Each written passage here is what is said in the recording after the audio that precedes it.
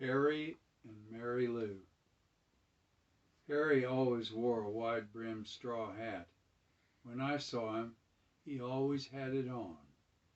I thought that he must have worn it in his sleep, to sleep in and to bathe. Harry and the hat were inseparable. We were living in New Orleans, the summer after the war, in an abandoned housing project built for the workers at the Liberty shipyard.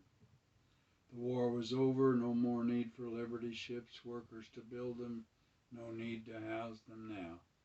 Harry, full name Harry Shell Mears, perhaps an alias, and Dad were partners in a labor racket. It seems, looking back on it, that every time I saw Harry, he gave me $1. Lots of money for an 8-year-old kid. I sure liked seeing Harry. He had a wife/girlfriend that looked like a movie star. She was beautiful.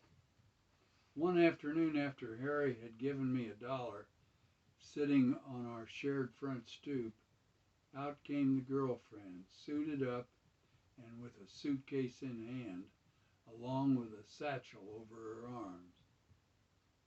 "You couldn't give me back that $1 Harry gave you this morning, could you?" she asked in a demanding way. She was scary enough that I couldn't argue. I just reached in my pocket, got the bill, and I handed it to her. She didn't even say thanks.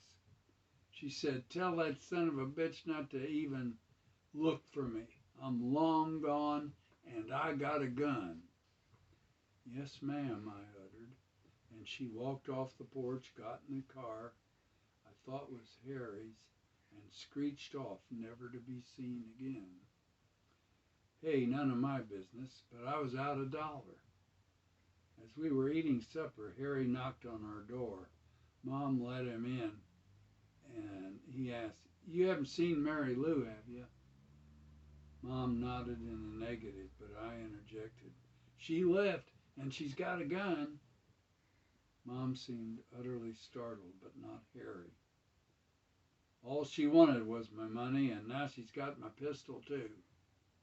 Mom sent me to my room, and I could hear her and Harry talking in undertones.